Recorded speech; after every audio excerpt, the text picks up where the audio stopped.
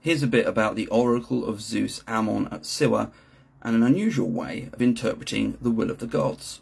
To start with, this oracle wasn't in a location which you may immediately think of. It wasn't in mainland Greece, wasn't even in Europe. It was in northern Africa. It's 350 miles southwest of Cairo, quite literally in the middle of the desert. It sits at an oasis, which is how it comes to be. And you might have heard of it because it was famously visited by Alexander the Great in 331 BC.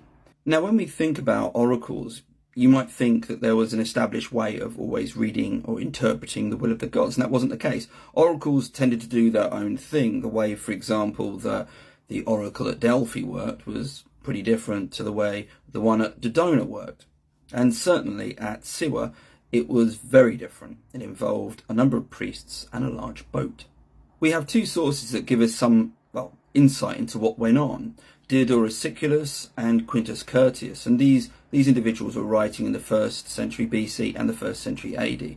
And what they described, they don't exactly match up, but the basics were that you had a number of priests, apparently 80 priests, and they would carry an image of the god, which was encrusted with jewels, in a large boat. And this was apparently a golden boat, though I'm not sure it could have been made of gold. Perhaps it had gold covering or was inlaid with gold. Anyway, so they would carry this, and behind them people would follow, and the way that they walked and the route that they took would be interpreted as what the god's answer was to the particular question posed.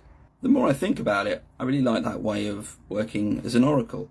And by the way, I did an episode on the Ancient History Hound podcast all about the oracle at Dodona, which was very different as well, and very interesting, and actually links in with Egypt, because as Herodotus wrote, ancient Greek religion, if you want to call it that, was highly influenced by the Egyptians. Anyway, hope you enjoyed that. If you've got any questions, stick them in the comments, likewise comments, and if you want to, click follow.